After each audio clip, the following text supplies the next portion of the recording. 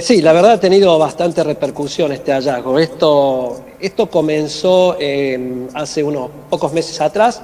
Una colega que es arqueóloga de la Universidad Nacional de Rosario encontró en un museo de la ciudad de Coronda, de esa localidad, un recipiente, digamos que es como una olla de forma esférica o globular, que en realidad está representando a una persona. Le decimos a este tipo de recipiente como de forma o figuras antropomorfas, ¿no? Ahora, lo que le llamó la atención es que esto estaba, digamos, catalogado como un objeto del Paraná, porque la ciudad de Coronda está al borde de la costa del Paraná. Ahí hay una arqueología muy particular, donde hay formas de dibujar la cerámica, de hacer su diseño, de fabricar y modelar, digamos, la alfarería, y esto no enganchaba con lo que se conoce para la zona, ¿no? Era totalmente atípico. Así que, bueno, empezó a mirar hacia otros lados y se puso en contacto con nosotros. Nosotros en Córdoba detectamos junto con ella de forma inmediata que esa cabeza que estaba representada ahí, con todos sus atributos, estamos hablando que es la cabecita de una persona que tiene una vincha, que tiene como orejera y otros adornos en la vestimenta, sería una mujer, porque tiene la indicación de senos, era idéntica a la forma o los diseños con que se representan las figurinas de barro o las estatuillas de barro cocido que se hacían en las sierras cordobesas, ¿no?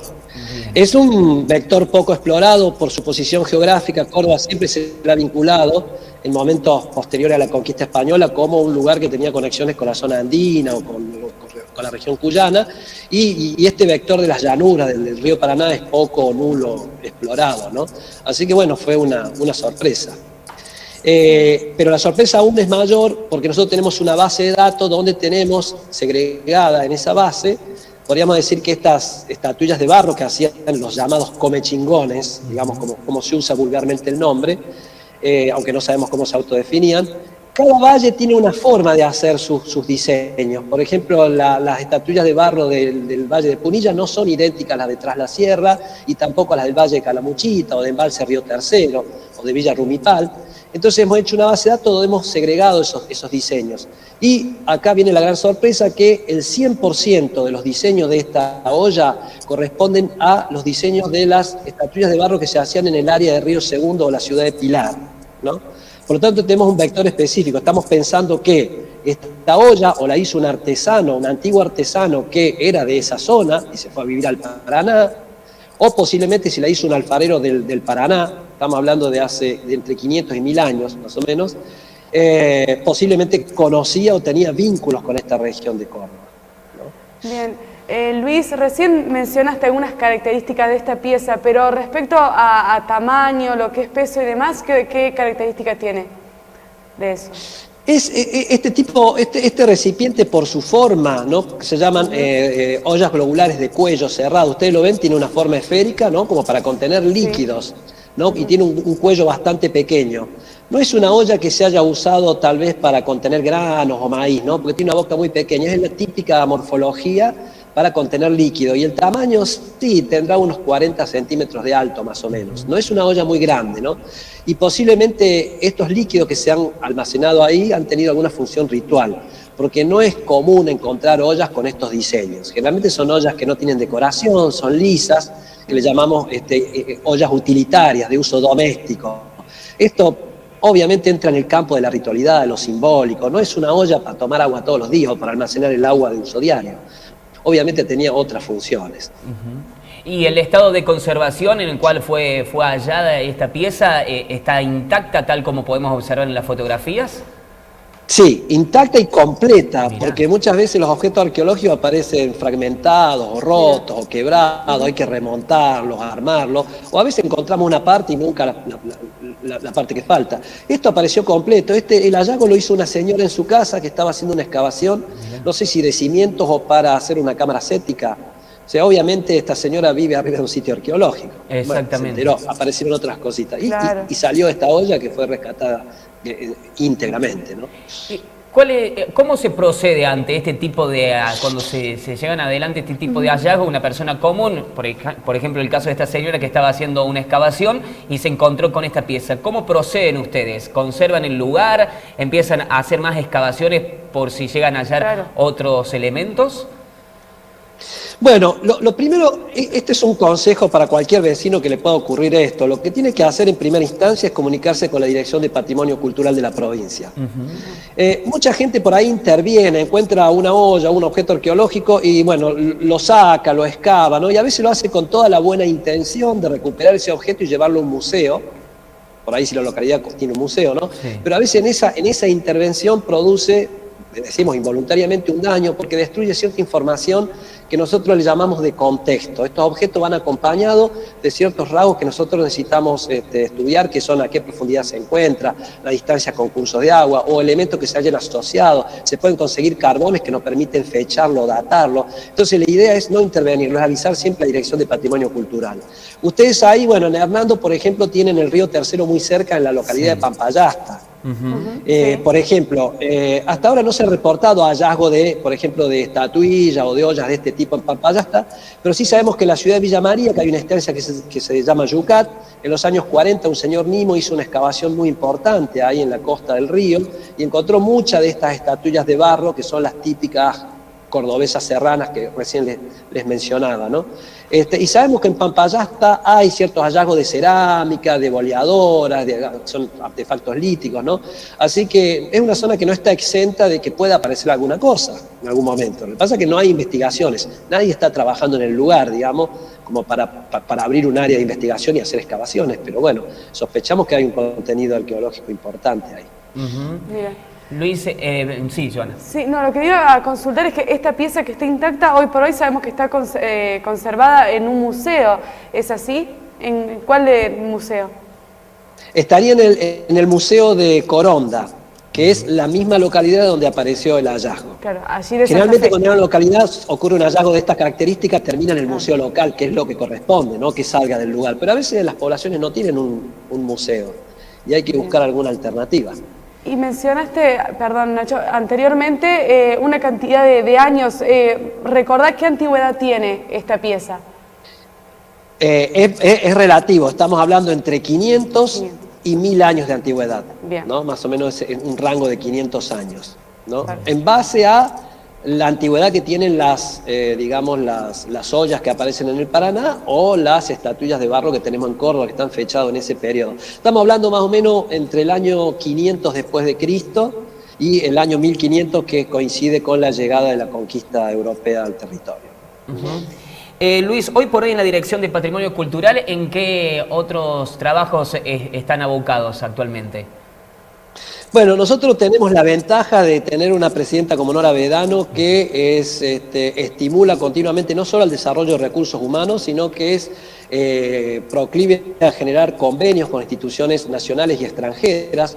Nosotros tenemos otras líneas de investigación que están vinculadas, por ejemplo, en el año 2018 hubo un hallazgo de enorme magnitud, que fue cuando se hizo la obra del gasoducto Troncal en la ciudad digamos, la localidad de Cerro Colorado, que se halló un cementerio gigantesco, y tenemos un convenio con el Instituto Louis Pasteur de París, con el cual estamos trabajando para reconstruir el genoma humano de esa población.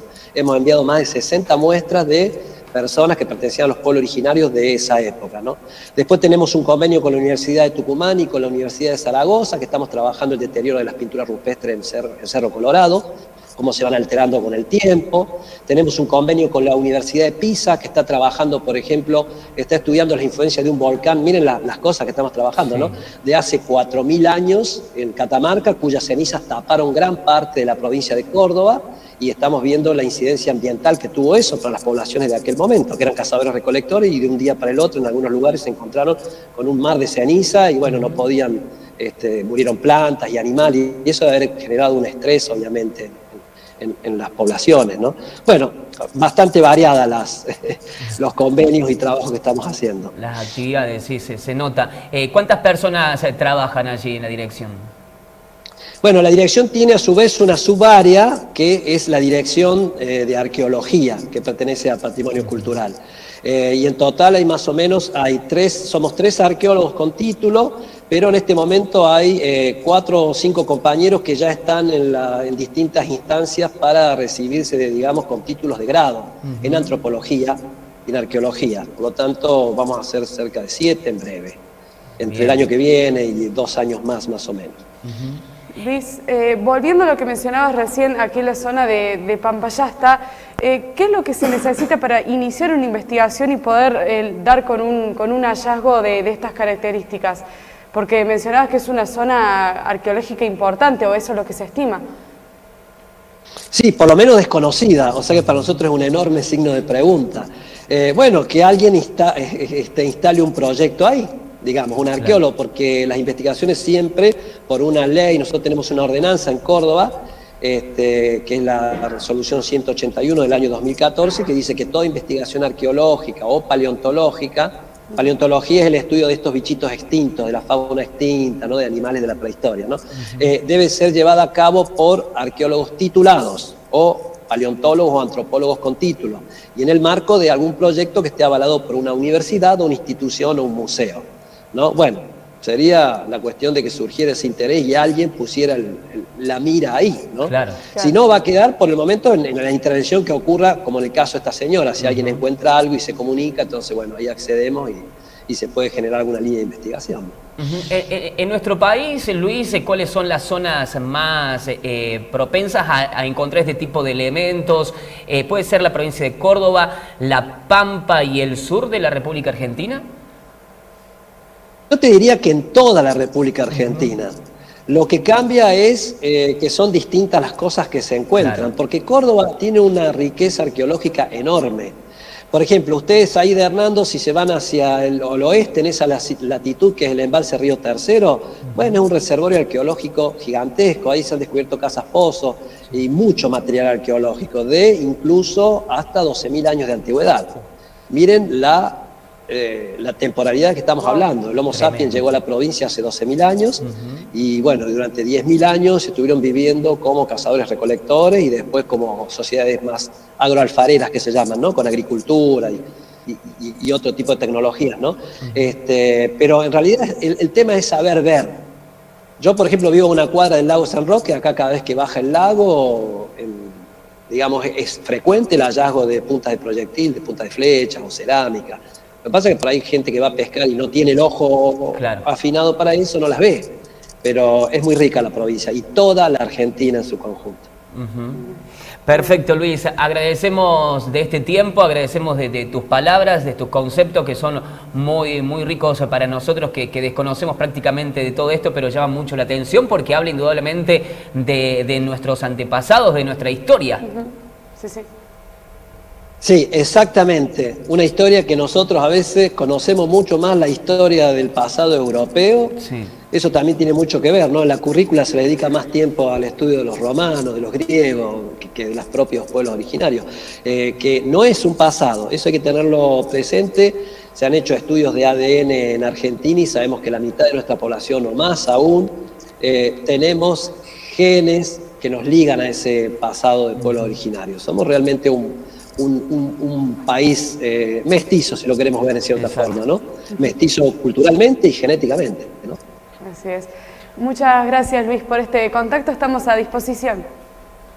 Bueno, un saludo obviamente para mis familiares y para amigos o también a gente de Hernando que por ahí también los conozco a lo largo de los años. Un abrazo para todos y saludos.